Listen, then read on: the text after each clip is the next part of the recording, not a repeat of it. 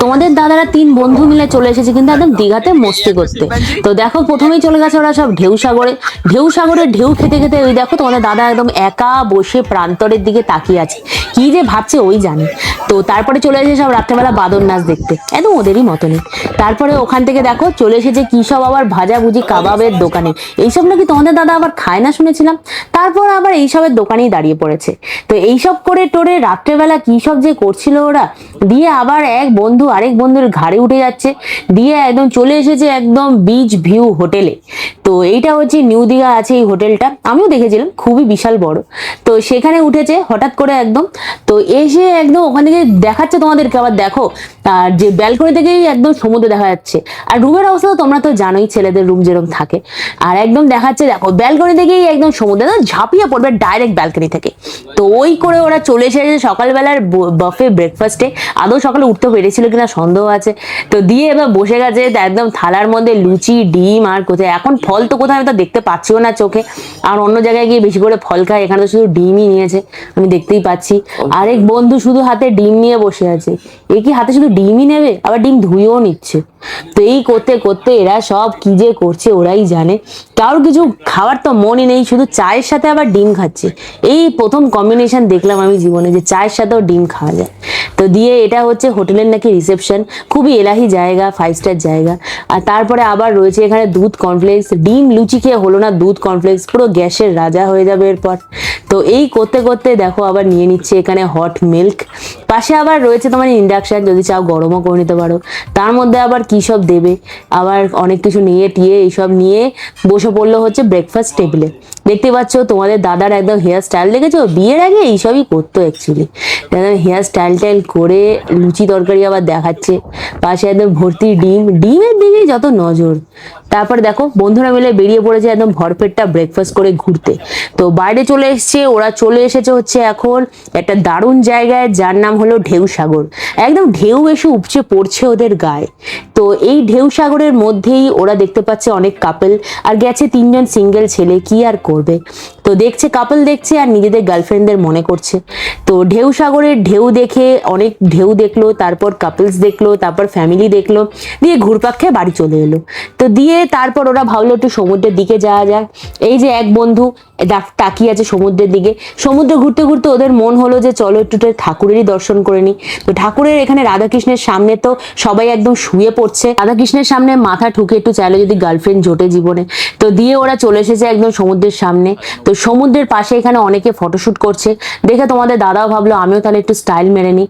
একদম সোহম যেখান দিয়ে যাচ্ছে দেখতেই পাচ্ছ তার পাশ দিয়েও রয়েছে একদম ঝাউবন জঙ্গল, একদম দারুণ। আর এই যে শিম্পাঞ্জির কোলে শিম্পাঞ্জি, এই আবার কি জিনিস। তো ঢেউ সাগর ঘুরে টুরে ওরা এখন যাচ্ছে আরেক জায়গায় ঘুরতে, তার মধ্যে এই গরম। আর সবাই একদম উত্তেজিত, কারণ দীঘা এসছে ব্যাচেলার ছেলে, উত্তেজনা তো থাকবেই। তো এই ঘুরে টুরে আবার যাবে যে কোথায় ওরাই জানে। তো ঢেউ সাগরের আই লাভ ঢেউ সাগরে চলে এসছে। তো এখান দিয়ে বাইরে দেখাচ্ছে জায়গাটা কত সুন্দর, আর খুবই নিরিবিলি এলাকা, আর খুবই ফাঁকা ফাঁকা জায়গা। ফটো তোলার জন্য রিলস তোলার জন্য উপযুক্ত জায়গা হচ্ছে ঢেউ সাগর। তো তোমাদের দাদার কারোরই রিলস করার কোনো ইচ্ছা নেই, আমি বুঝতেই পারছি। তো দিয়ে ওরা সব ঘুরছে, এখানে মেলাও বসে সন্ধ্যেবেলা, দেখতেই পাচ্ছ দোলনা রয়েছে, স্লিপ রয়েছে, আরো অনেক কিছু রয়েছে। জায়গাটা ওরা সব এক্সপ্লোর করছে ঘুরে দেখছে। আর এত সুন্দর সুন্দর ফটো তোলার এরিয়া রয়েছে, আর খুবই সুন্দর মনোরম পরিবেশ, একদম গাছপালায় ঘেরা। তো এইসব করতে করতে চলে এসেছে ওদের লাঞ্চ। এত হেঁটেছে সবার খিদে তো পেয়েই গেছে। তো একদম এই দেখো লাঞ্চে একদম এক থালা ভাত ঢেলে নিচ্ছে সোহম। তো সব একদম সার্ভ করে নিচ্ছে, দেখো আরো অনেক কিছু রয়েছে, এক এক করে সব ঢাকনা তুলবে আর বলবে। তো এখানে যা দেখতে পাচ্ছি আমি, অমলেট রয়েছে, বালতিতে ডাল রয়েছে, স্যালাডে রয়েছে, ওদিকে আরো চিকেন হয়তো থাকবে, ফিশ থাকবে, সবকিছু এরকম বালতি নৌকো, কেন আমি ঠিক জানি না। কি যে জায়গা, 5 স্টার হোটেল মানেই বালতি নৌকোতে খাবার, কি আর করা যাবে। তো এখানে প্লেটে খাবার সার্ভ করছে, এই অভিনব দায়িত্বটা সোহমই নিয়েছে আমি যা বুঝতে পারছি। ওই এখানে সবার মাঝখানে দায়িত্ববান হিসেবে কাজ করছে। আর এক বন্ধু তো শুধু তো ভিডিও করতেই ব্যস্ত, আর এক বন্ধু হয়তো শুধু ফটোই তুলছে আর সমুদ্র দেখছে। এবার ডাইরেক্ট হাতা নেই, চামচও নেই, ডাইরেক্ট বালতি থেকে ভাতের ওপরে পড়ছে ডাল। তো ডালের পর এখানে তোমাদের দাদা তর সইতে না পেরে আগেই প্লাস্টিক খুলে দেখে নিচ্ছে কি কি মেনু আছে। তো এক বালতি ডাল শেষ হওয়ার পর আরো বালতি বালতি ভর্তি ভর্তি ডাল রয়েছে। এত ডাল যে ওরা কি করবে ওরাই জানে।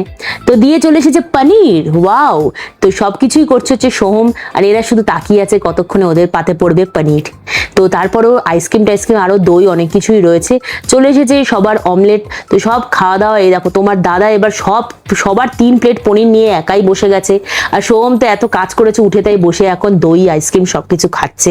তোমার দাদাকে দেখো একা একা খাচ্ছে, বাকিদের সবার। আর এ তো মনে হয় স্নান থেকে ডাইরেক্ট বেরিয়েই খেতে বসে গেছে, কারণ এ আর খিদে সহ্য করে থাকতে পারছে না। তো বালতি সমেত ডাল নিয়ে বসে পড়েছে রাহুল, সাথে 2 বাটি পনির, পাশে আরেক বালতি ডালও রয়েছে। তো খাওয়া দাওয়া করে সবার এত বদহজম হয়ে গেছিল যে সবাই হাঁটতে বেরিয়ে গেছে। কি আর করবে, বিকালবেলা সমুদ্রের হাওয়ায় খাবার হজম হয়ে যাবে, দিয়ে আবার ওরা খাওয়া দাওয়া করবে।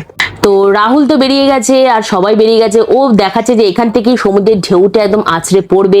সাইডে গোলা কাউন্টার, আইসক্রিম কাউন্টার রয়েছে। আরো আগে আগে দৌড়াচ্ছে যদি কোনো মেয়ে দেখতে পায়। কি করবে, সবাই গেছে সদা সিঙ্গেল, সব বন্ধুরা মিলে।